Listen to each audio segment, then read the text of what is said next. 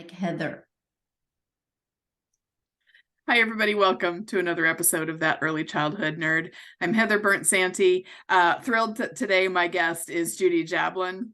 Hi, Judy. Hi, Heather. Thank you so much for welcoming me on your cool podcast. I can't remember now if I said author Judy or just Judy, but you're more than just an author. Tell folks what you want them to know about you.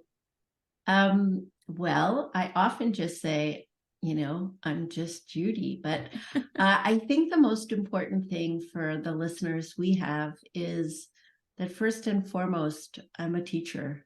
Mm-hmm. And that, I feel so blessed to have spent my career caring for, thinking about, wondering about the adults who care for kids and kids. Mm-hmm. And I started a long, long time ago teaching young children. And in 2016, I started a nonprofit called Leading for Children. And the focus of our work is that we believe with deep conviction that stronger adults make stronger kids and stronger communities. And so I'm excited today to talk with you about how do we do that all together. Yeah. So as I said, I'm very excited. A lot of listeners will know your name from your book, Powerful Interactions and Coaching with Powerful Interactions, the book you co-authored. But that's how I first came to know you and came to know your name. There was several years ago, NACI did their Professional Learning Institute. It was still called the Professional Development Institute then. And it was in Indianapolis. And I remember I went to one of your sessions. Not only was it so much fun to be in your session, but like accidentally Ray Pico was at the table next to me. I was like, oh, what am I going to do with all this?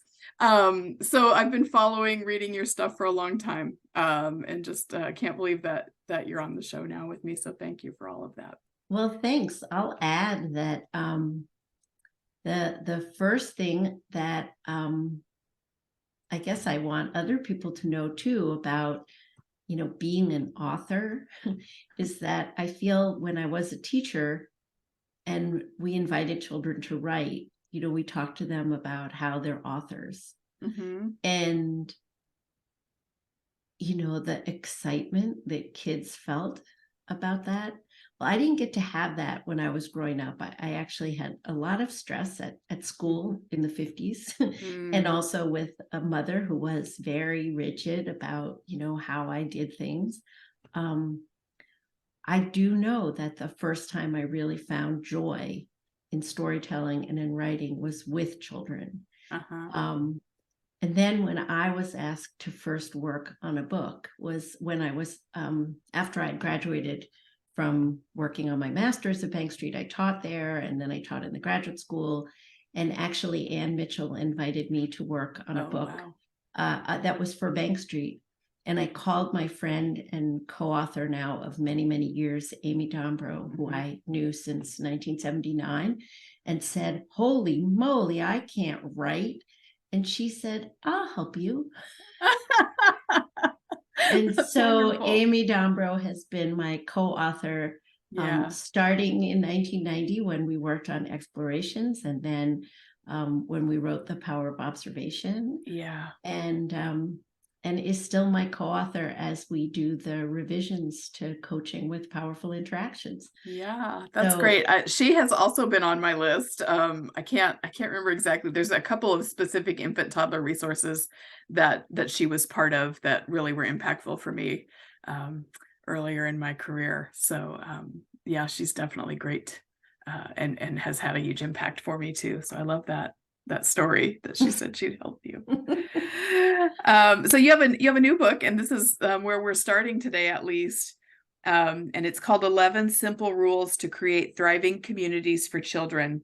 And this is by you and Nicole Parks. You have a co-author here too. Always. And so I just got this. I don't know how long it's been available, but I've had it for about a month. Yeah, I was going to say that's about how long I've had it. And it's one of those before we get to this specific quote, it's one of those, I'll just say I'm only halfway through so far, but so far I feel like this needs to be in the hands of anyone who interacts with children, even, you don't have to have children. You don't have to be a professional working with children. I think this is good for anyone who cares about the world we live in and shares space with young children. Heather, that could not have been a more beautiful endorsement. That is so much at the core of, at the heart of what Nicole and I wanted to accomplish in crafting this book. Yeah, and it's of course beautiful photos. I mean, just everything about it so far I'm really in love with. But so for our conversation, because right now it's just been fangirling. So let's go both ways and start the conversation. So this comes from page 9 of your book. And you say, humanity is not a lofty idea. It's the heart of our daily life. It's how we treat one another. It's everything we say and do. And it's what children experience and learn from every day.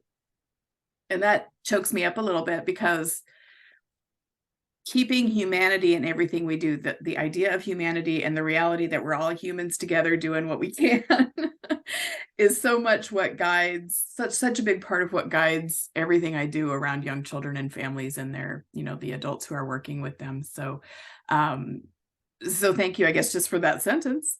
But I want to invite you to talk about that a little bit now. Thanks, Heather. I think that the most significant thing for me, and it's a little bit embodied in what the story I shared about, becoming a writer and Amy saying, she would help me, is that how we show up every single day is our humanity. Like our decision to say hello to a construction worker or the person at Dunkin' Donuts or, the homeless person on the street, our decision to see people and to say we exist in a world of people. And that I get to choose every day how I want to show up. In fact, I wasn't planning on this, but I think I'm going to read a quick quote by Jane Goodall that's in another one of our books, The 5 Commitments of Optimistic Leaders. Jane Goodall says, "You cannot get through a single day without having an impact on the world around you. What you do makes a difference, and you have to decide what kind of difference you want to make." And I think that quote speaks to this idea of humanity, or how we are in the natural world, how we choose to show up for our climate, how we choose to show up for animals. But certainly children learn about humanity and how to be human from us. They're watching us all the time. And so often they're learning things from us that we didn't intend for them to learn. I wish I could describe the stellar days that I was a teacher for children, all the flawless things that I did, all the great decisions I made. But mostly I remember a lot of the bad ones and the ways that I was not the best teacher for children, and one of the things that I remember is how my kindergarten teacher showed up for me, Miss Carlin. I cried my eyes out walking into school on that first day of kindergarten.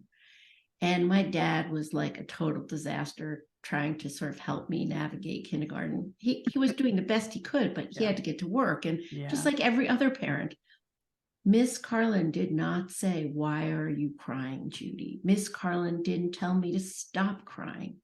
And this is 64 years ago, and I can picture it. This morning, she taught me about humanity. She taught me that she saw me. She saw beyond my tears. She was on her knee, and she said, "Hi, Judy, I'm so glad to see you. Have I got someone to introduce you to?" And she took me by my hand, and she took me into that classroom, and she introduced me to another little 5-year-old who was the total social worker and had all of her stuff together and was just fine. And I was fine. Mm. And that stays with me, so that all these years later, I ask groups of educators all the time, in 20 years, what do you want someone to be saying about you? Mm-hmm. And so humanity is about thinking and deciding, as Jane Goodall says, what's the impact we want to have? How do children learn kindness, respect, and empathy? They watch us. You mean you don't buy a kit about empathy? Well, I think there's about 52 that are for sale. Yeah. Teach it for a week and boom, we have empathy. Well, and how many programs are there teaching social emotional skills? If we could get us, the adults in children's lives, to self-regulate a little more. Yeah. And to think before we blurt. Yeah. Yeah.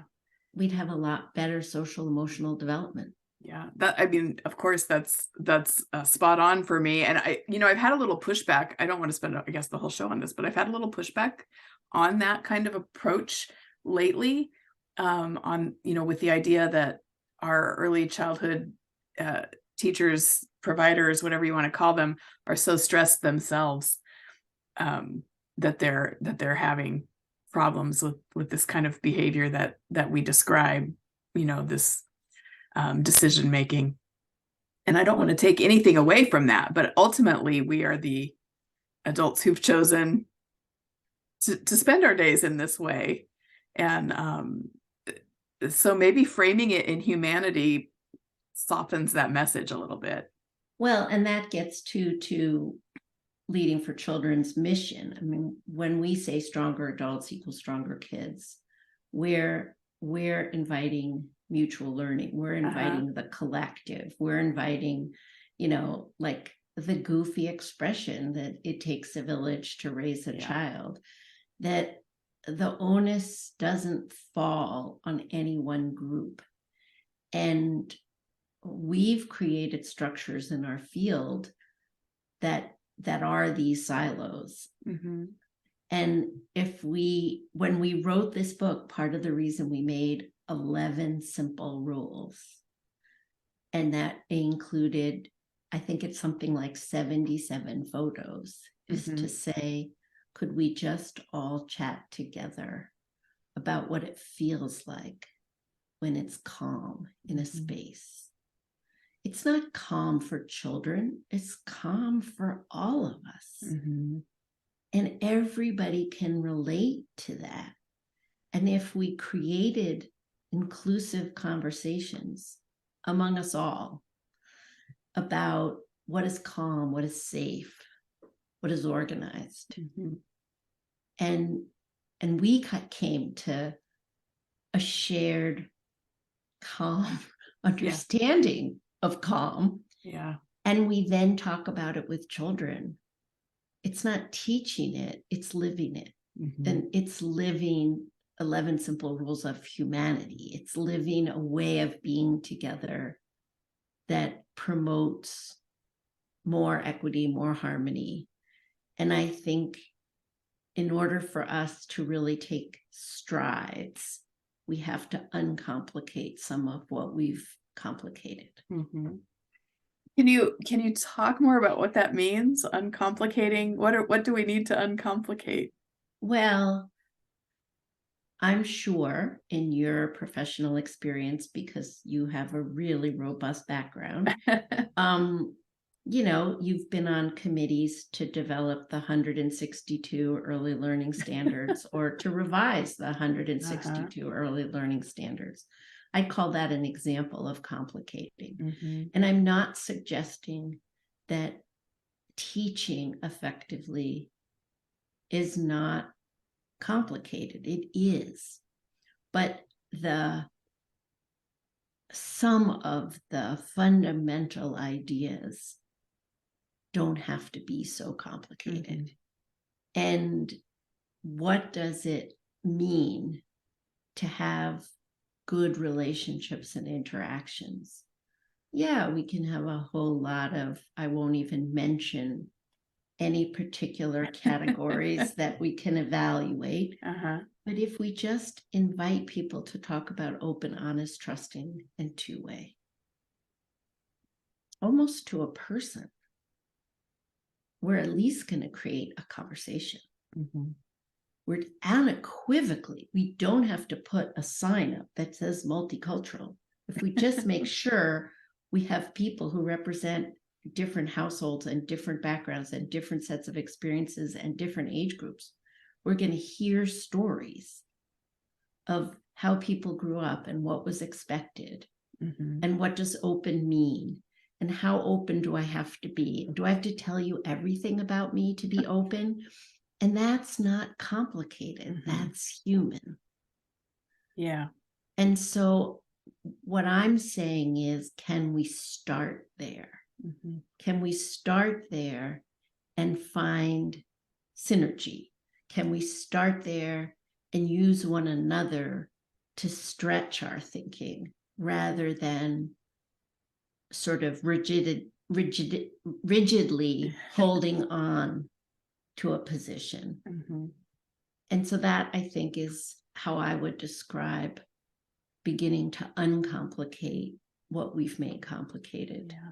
And I'd love for you to push back, because I'm not sure anyone's asked me the question and I'm not sure I've ever answered it. And honestly, I'm not exactly sure what I said. No, yeah.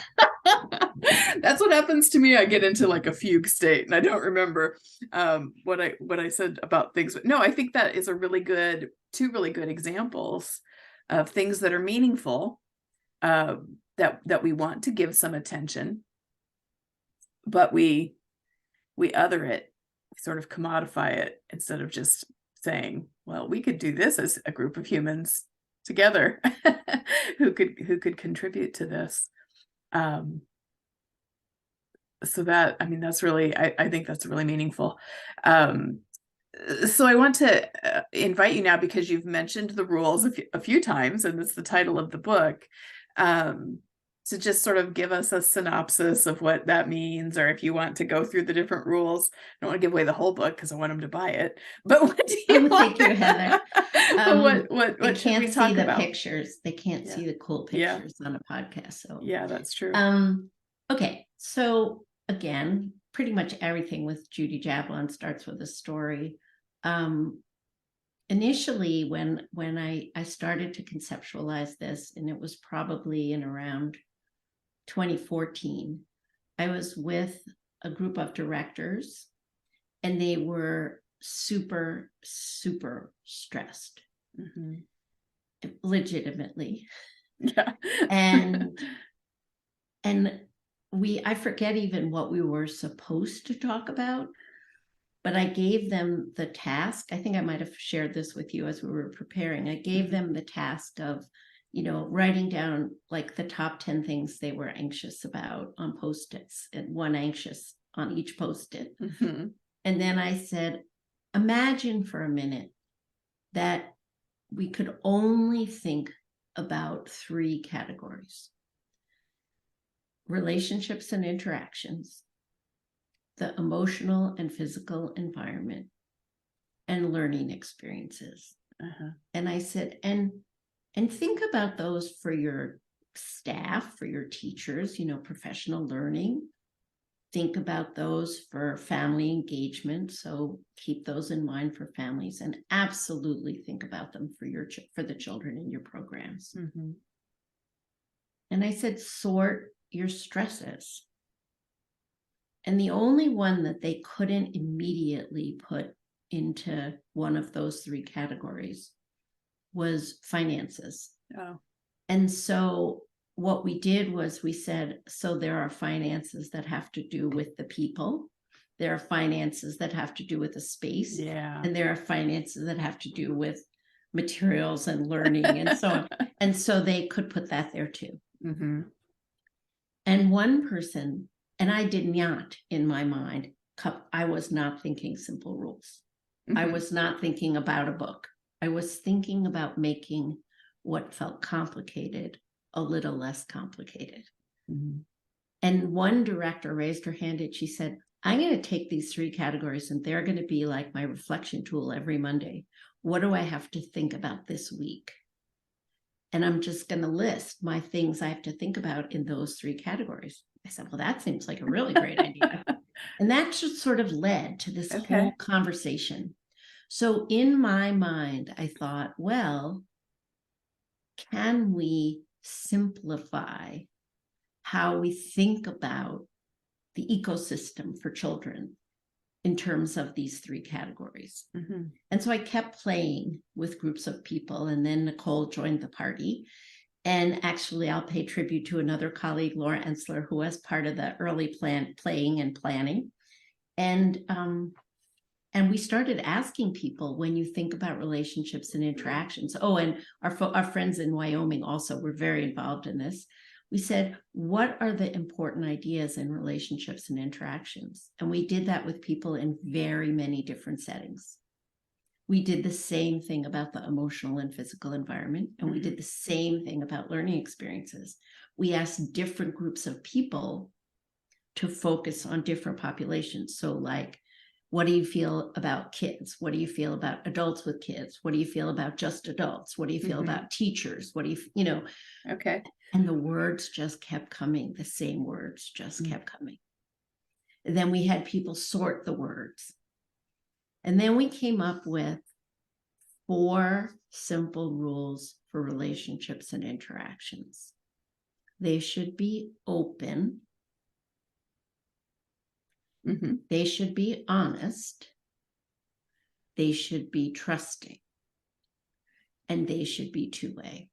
And what open means to us is that you're like approachable. Honest means you're telling the truth. It doesn't mean you're telling everything. That's an important distinction. Trusting means you do what you say.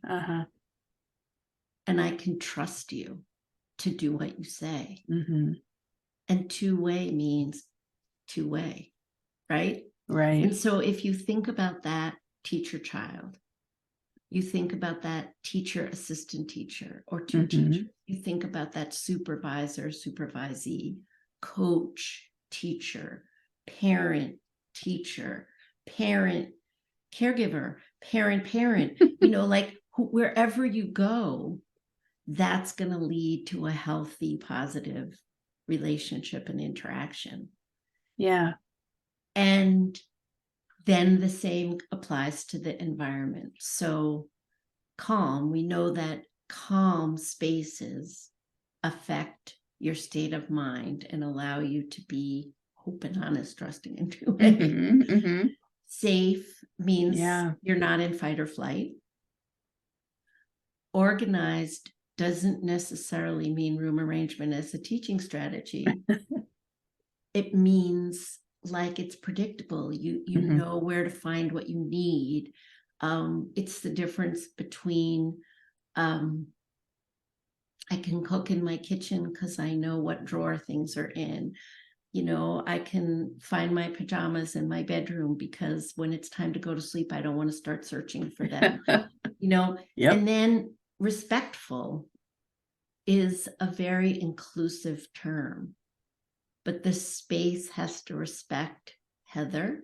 It has to respect my humanity. It has to respect your humanity. It has to respect our individual needs, our collective needs. Yeah. And each of these words hopefully engenders rich dialogue.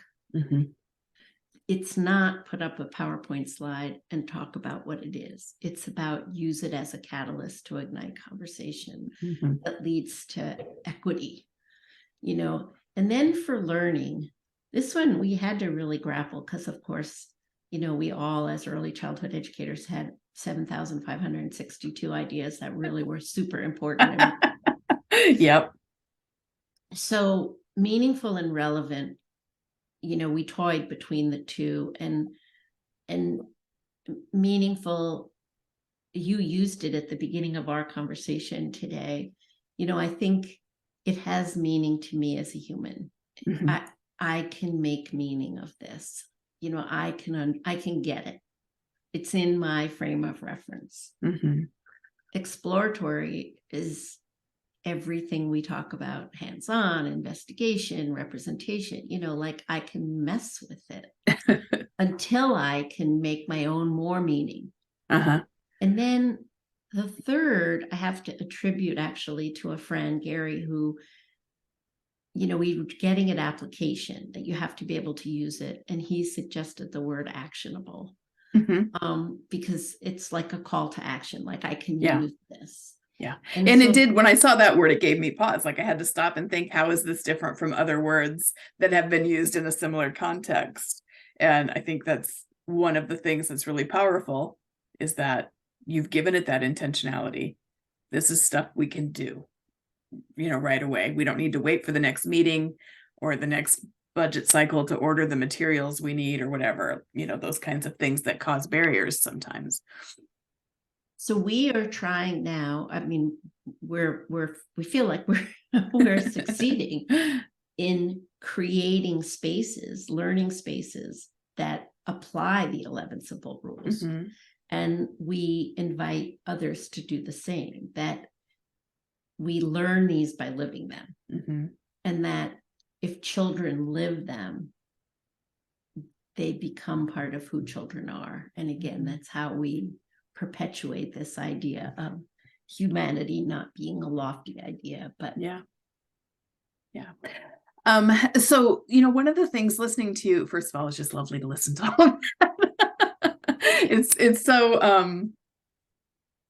I don't know, it's speaking to me. But my first impulse when I got the book, and when we had our chat to plan out the recording, I was really focused on how could this be used in the context of adults working with children, because that's where I always tend to go first. But a little while ago in your discussion of the rules, you talked about coworker to coworker. And so I'd be interested in hearing more about what this looks like, because that's a space where there's always usually, predictably, there's going to be some tension. Whatever your program is, there's going to be two folks who are having a hard time working together or being calm together, as you're talking about. So I guess I just kind of want to open it to how you think it connects at that level. Well, I'll share, of course, a story first. A vendor who's working with Leading for Children. It's hard to call him a vendor because he's such an incredible human being and he's become a friend. But my way of getting to know him is as a vendor, and he is not an educator. Okay. But we were talking about the simple rules in this conversation that we were, whatever the work we were going to be doing together, it involved talking about the simple rules. And Nicole actually gave an example of the time right before dinner when everybody kind of comes home from work, and all the words that are coming into my mind right now are not really politically correct to use right now, but it's often a little chaotic in a household, sort of that post-work day, post-program school day, prep for dinner. And there's a tendency for people to be short with one another. So we were talking about that. A couple days later, this gentleman shared an anecdote back to us about how he and his spouse were preparing for dinner, and they started to, is it quip? And our partner stopped himself and said, "Do I need to be right now, or could I be kind?" And he said the whole dinner was different because he chose to make it calm by being kind, by letting go of right. And then after dinner, the kids in that house are a little older, and so he actually opened the conversation, and it became a family conversation. Oh, okay. And I think that's an incredible example of how, because everybody had a better evening, everybody slept better, and everybody started the next day better as a result of having a good evening and as a result of sleeping better. So a decision by one adult to be kinder to another adult rather than right, or even letting go of right entirely, had these ripples that everybody benefits from.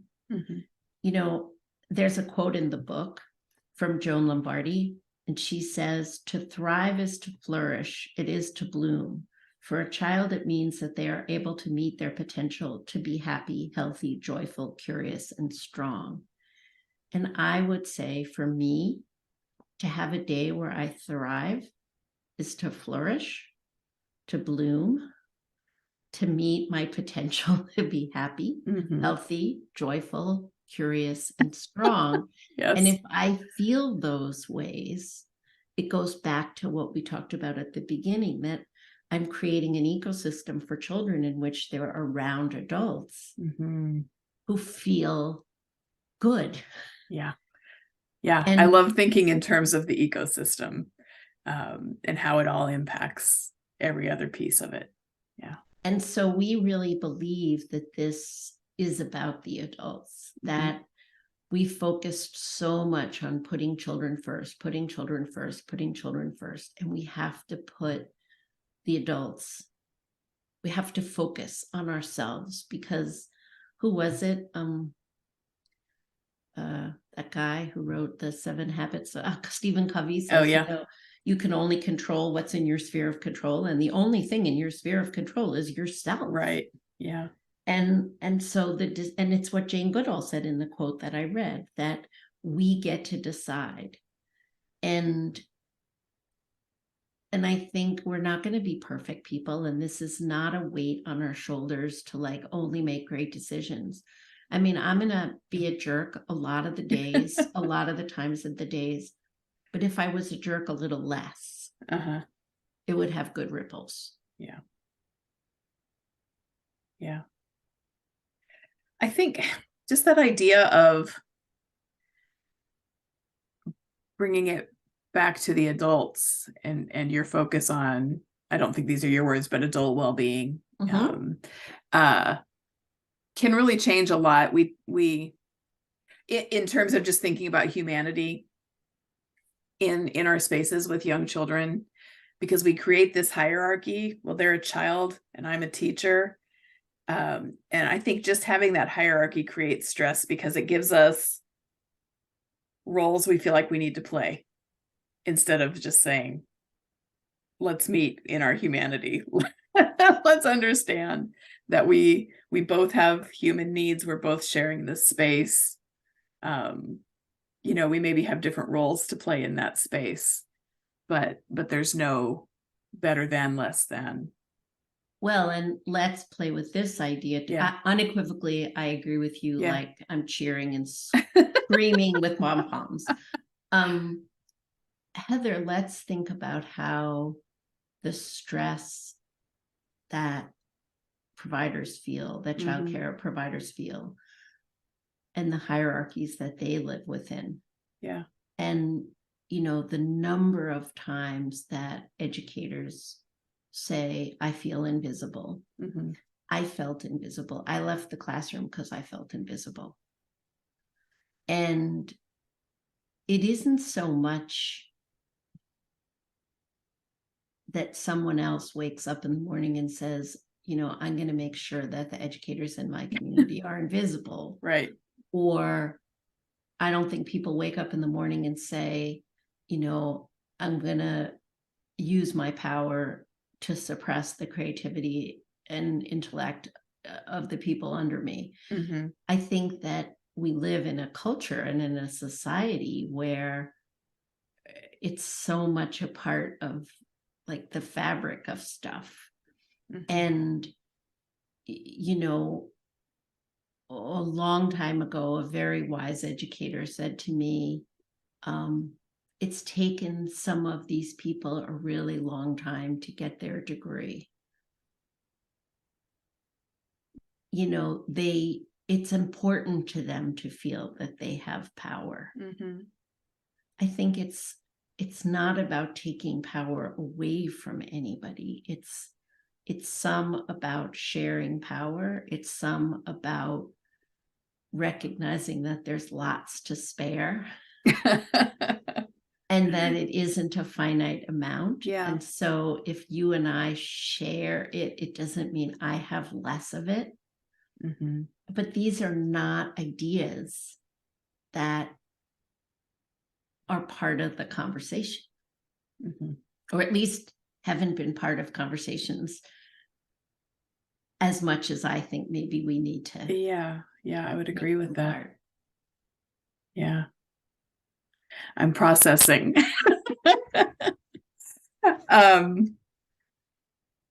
So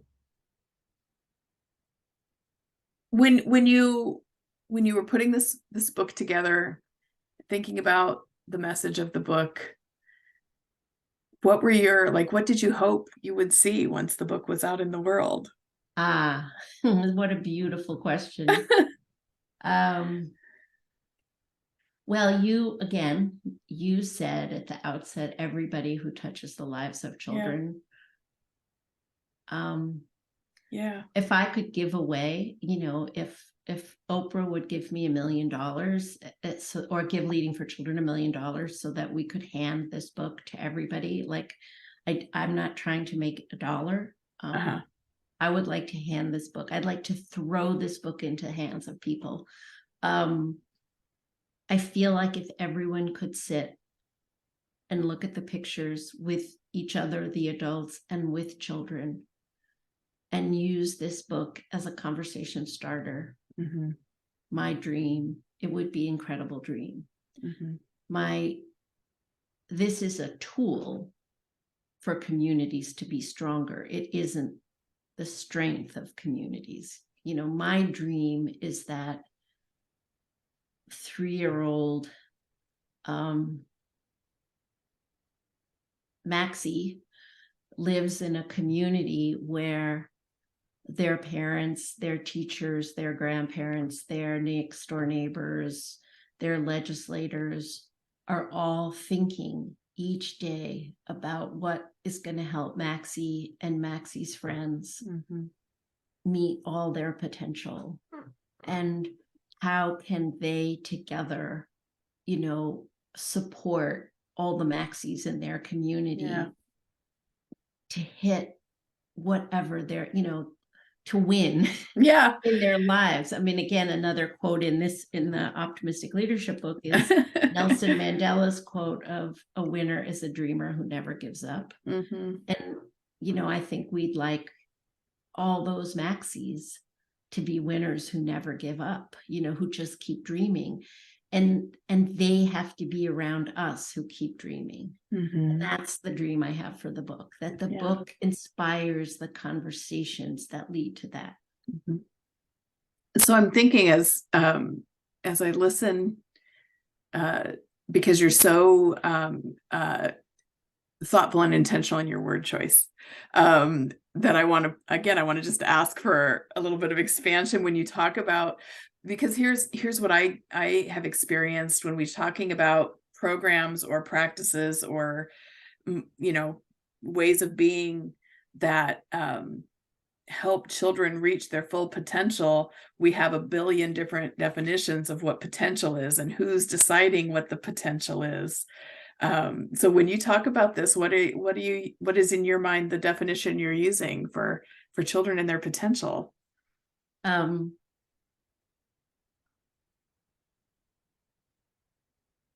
I think for me, that means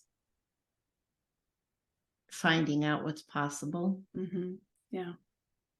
In my wildest dreams, what? Simple. It's simple. Yeah. I mean, no one could have told me what my potential is. And I grew up, I wasn't every report card. She's not living up to her potential. She's an underachiever. She's this, her scores are that, this isn't happening. And when I'm in front of 1,000 educators doing a keynote speech and they're like, you didn't talk up in school, or you were in the hall as a bad kid, you thought about dropping out, yeah. And when I first met my husband, who, is a fancy pants PhD from Stanford, he heard me say to a group of people that I was meeting for the first time, when they asked me what I did, I said, I'm just a teacher. And that night he said to me, did you hear yourself? And I said, what do you mean? And he said, you said you're just a teacher. And I said, well, I didn't hear myself say it, but that is what I am. Yeah. And he said, you work harder than anyone I know. And we all do, we have that tendency, don't we, right? to put that just in there. But I say that, I say that in the context of potential. Like, I never thought I would be a writer. I never thought I would be, but I followed dreams. So I want every Maxie to have the freedom to follow dreams. And period. Yeah. I share that. I told you before we started recording that I had just come from a community meeting with a lot of business folks, employers, and a panel was talking about childcare, and they were presenting it, because you do that when you're speaking to an audience, you choose the language and the points you think are going to be most persuasive with that audience. So it was very much return on investment. If you invest in early childhood experiences now, here are my big promises based on my research, vague research with vague ideas and definitions of quality. And so I always leave those kinds of conversations feeling really kind of disheartened, and the potential there that I hear in those conversations is the potential to do what we need them to do, or the potential to be productive to us when they are grown. So thinking about this in terms of letting Maxie be a dreamer, I think is really amazing. And I thank you for that. So you talked, I'm kind of all over the place. Sorry. You talked a lot about I think we're following a very a good progression. Okay. All right. The book also, of course, talks a lot about relationships, and you've talked a little bit about that. And I think that's something that gets some lip service in early childhood circles right now. But I think in practice, people find it really hard to think about, what does it mean to have that positive, attuned, healthy relationship, especially if I'm one adult responsible for 12 4-year-olds or whatever, or 18, yeah. Or they think, well, of course we have a good relationship, they always hug me when they come in the morning, and it's so much deeper than that. But what you present, and you do this in Powerful Interactions too, what you present is kind of a simple I guess, description of what that relationship looks like and how we get there. In fact, this one section is, why do trusting relationships and interactions matter? So maybe that's a good place to start with this part of the conversation, this relationship specific piece. What are they? Why do they matter? Is it different from a child just being happy to see me in the morning? I would say yes. I think there's a lot of different ways we can go. I mean, one way that I would want to sort of sit with a big yellow highlighter and underline is, yes, I agree. We pay a lot of lip service to it.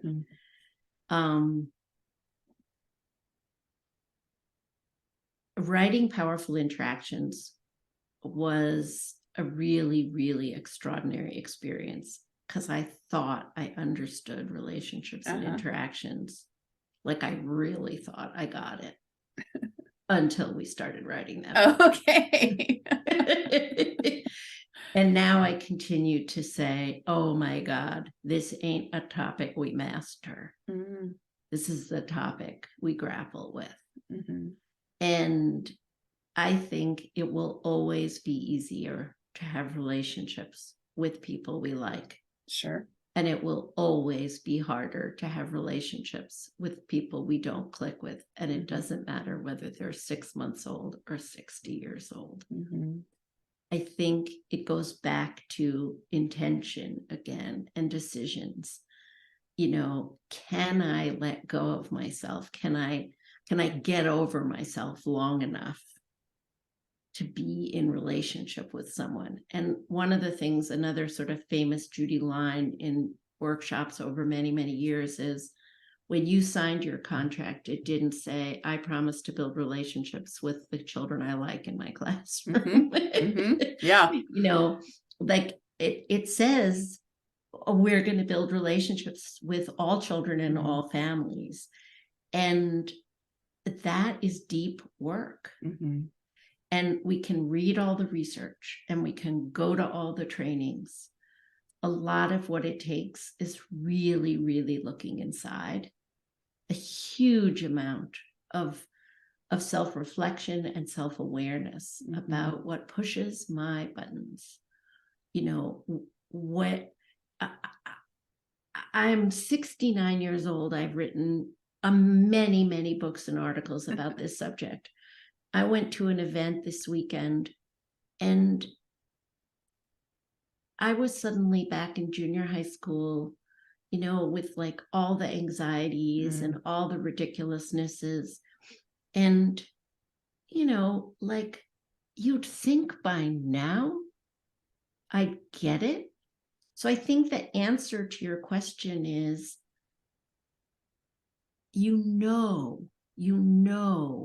when a child looks at you and you look at that child and the child has just done something that you wish the child hadn't done, but you and the child have that connection that says, yeah, that wasn't the greatest choice, but we still really care about each other. Yeah. Or the child does something that really enrages you and you lose it. Yeah. And when it's over, you can say to the child, I'm sorry I lost it. And what you did really pushed my buttons. And it doesn't mean we don't still care deeply about one another. That to me is relationship work. And so the hugs are a taste. And when we wrote Powerful Interactions, one of the things that I came up with, or that people together with me came up with, is, let's say you have 15 kids in your preschool classroom. You can't have 15 great interactions every day with 15. You just can't. It's not humanly possible. But it's like the good ones are deposits in the bank. And so if you commit to, I'm going to get to know all these kids, and I'm not going to ever say, I really know them, you're going to realize that it's an ongoing process. And every day you're going to look with fresh eyes at 3 kids. And at the end of the week, you will have looked with fresh eyes at every kid. And if you have a co-teacher, both of you are doing that. To me, that's fairness, that's equity. And that's what it means to nurture relationships. It's ongoing, and it's like a regular commitment to go a little deeper, a little deeper, a little deeper, and not to let the trust meter of, well, you pissed me off yesterday. Yes. I'm still pissed, So I hope that was okay. Yes. But that's mild for a lot of our shows. So, but again, self-awareness, intentionality, commitment. Yeah. That's, right. Always, I think always, but especially now I'm hearing behaviors. There's so many behaviors. There's so much, the children are so different now than they used to be. And I spend so my different. whole day dealing with behaviors. Yeah. And so I'm thinking about what you're saying in that lens. So yeah, talk more about what you mean when you say we're so different. Cell phones, okay. To those people who can't see me, I'm holding my phone in front of my face. Yeah. I don't think that people were necessarily nicer. I think people made more effort to communicate because there were not so many easy ways to communicate. It doesn't mean people communicated well. They just made more effort, right? Yeah. So I think that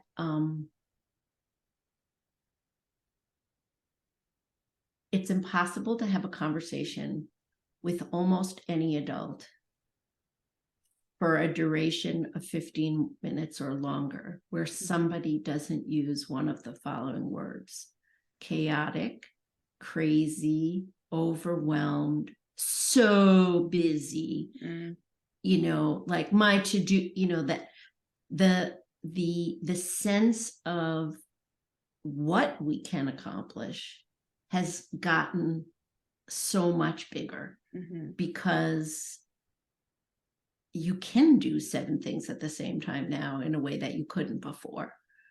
Someone said to me, well, I use Audible because I can guarantee read, listen to a book and do something else at the same time. And then this morning I was listening to The Moth on NPR, and somebody was talking about, the experience of being read to and sitting and being quiet and holding a book. And,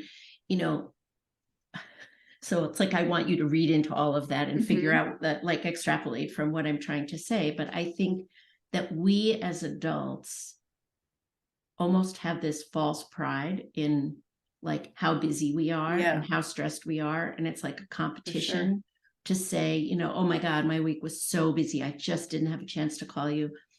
Well, that's the ecosystem that kids are in. So no wonder kids' behavior is, do you remember Stanley Greenspan, in mat time, floor time? Who does that anymore? Yeah. And so kids are coming home from long days into households where everybody has had long days. Yeah. And we're cramming in a lot before we go to sleep. Our brains are still busy when we're sleeping. And we wake up and we're hurrying. Well, it's, of course, kids are going to have behavior problems when they get to school. Yeah. And then there's the whole issue of, are we setting limits the way we used to? Because it's harder to set limits when you just want everybody to be quiet. Sure. Right? So, I don't think there's one issue. Yeah. I just think that I'm obsessed with this idea that we need to be looking more at ourselves and not developing so many behavior help strategies. Yeah, that's harder to do than I thought it was. That for a lot of people, because for whatever reason, and this is not a boast, but I just, like, reflection has been something, maybe because I read.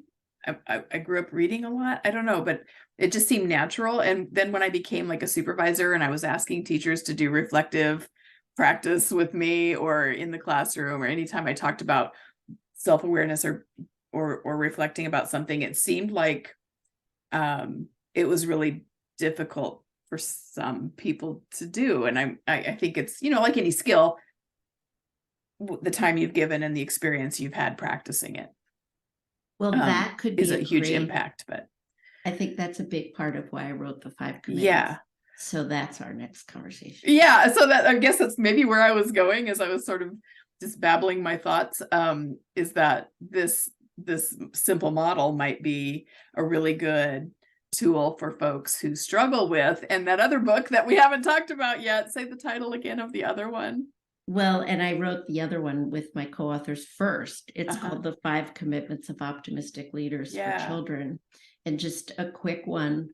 So when we wrote Powerful Interactions, we had talked about how we had to separate, and this goes back to your question about relationships, we had to separate the need to connect with a child and the need to extend learning. That that we would have a tendency as a human to sit down and just go to extend learning. Yeah.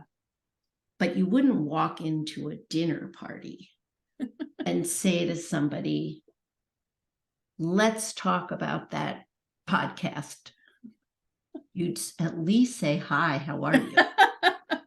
And maybe like, would you like to have a conversation? Right? Yeah. So we got that far of, you have to do the connect before you can do the, can we talk about the podcast? Well, then we sort of realized, well, whoa, if I just finished with Maria over here, and I'm now with Samuel over here, I can't shift gears that fast. And so that's where the be present step came in. Okay. Well, so we write this book and we say, step 1, be present. Step 2, connect. Step 3, extend learning. Well, be present, as you said, is like a tall order. I realized I had to write a book about being present. And so the 5 commitments of optimistic leaders is really about, who am I? Okay. How do I harness my agency to be the person I want to be? Yes. Agency is a big one too. It comes up a lot when we talk about, when I'm in conversations about teacher well-being, and you know, a lot of people will say, well, it doesn't, there's no place for me to be reflective because someone else is telling me what I should be doing. So that's, I don't know, that's another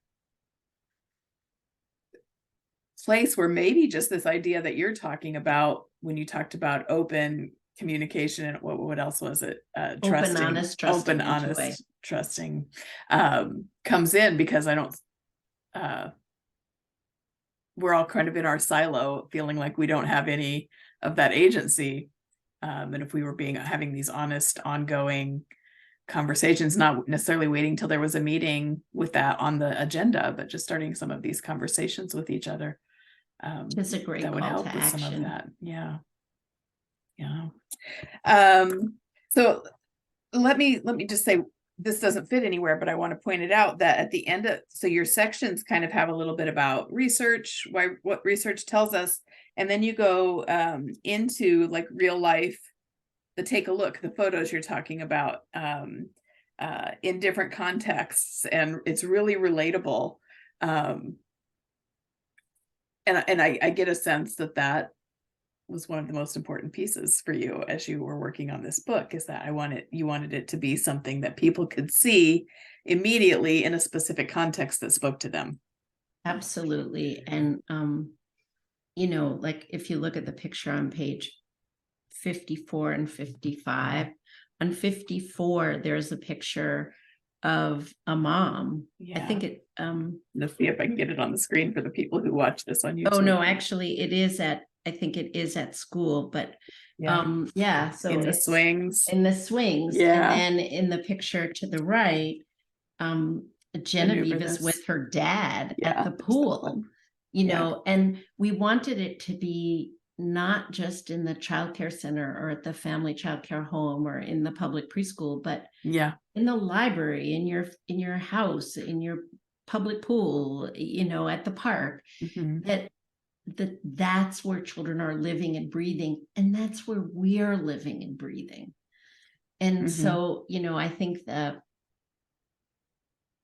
the story is the story of humanity and community, and that we live together in communities, and that teachers and providers would have an easier time between 8 and 4 if children were having an easier time between 4 and 8 the next morning. Right. And that's why I think it's all of us. Right. Yeah. So this is also really important then when we think about, if we're thinking about, you know, myself as an early childhood teacher or provider, we talk about community with families, we talk about partnership and engagement, but usually it's pretty one-sided. It's pretty much, what I mean is do what we ask you to do. When we want you to be engaged, we mean, you know, await instructions and report. But this is a whole different way again, another level of a whole different way from this Well, book and these stories. I will have felt like this year was amazing if I can connect with, a bunch of communities, and in those communities, there are either some community centers or family childcare providers or center-based programs that say, we want to play with you and host these conversations. Yeah. And can you picture like the library building collages of photographs of the 11 simple rules in their community at home and in programs and in the community, or the childcare center in the lobby of the childcare center, like beautiful photographic stories of what these rules look like in action, and that those are co-constructed by everybody in conversation together. Yeah. And we did that. We've done that a little in Wyoming, and we've done it in Mississippi.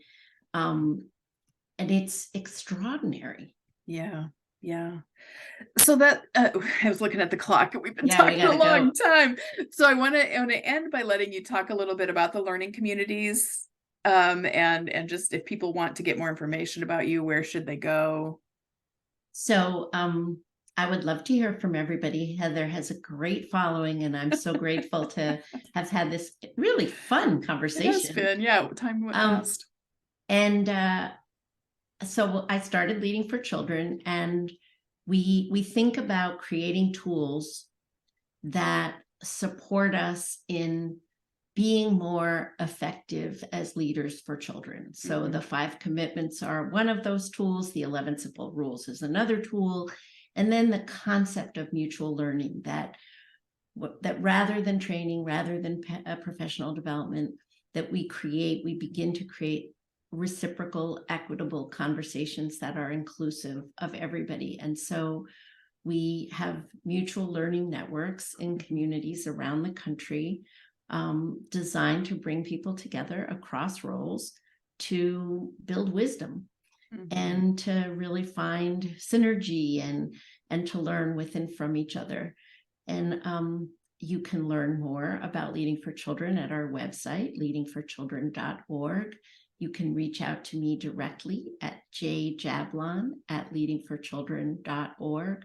You also can just go to the website and click on the subscribe to our very cool newsletter. It is good. And thank you, Heather, so much. Yeah, thank you so much. I didn't write it down, but there's a coupon code if people want to order the book and get a discount. I think it's just May 2023. I think we should just say it's May 2023. Okay. I think that's right, and we'll post that when the podcast goes out too. We'll put it on that for sure. For folks who are listening, I think you're right. Yeah. So hopefully, folks will check it out, and hopefully, Judy, you'll come back to talk about the Optimistic Leaders book too, even though they're it would be my sort of pleasure. out of publication order. But that's fine. So, that would be really great. Yeah. Our Optimistic Leaders book just came out in Spanish, and 11 Simple Rules will come out in Spanish as well in the next couple of months. Yeah. Well, and again, just thank you for being here. Thanks for all the work that you're doing. I know people are going to really enjoy listening to this. And thank you, everybody, for listening to another episode of That Early Childhood Nerd.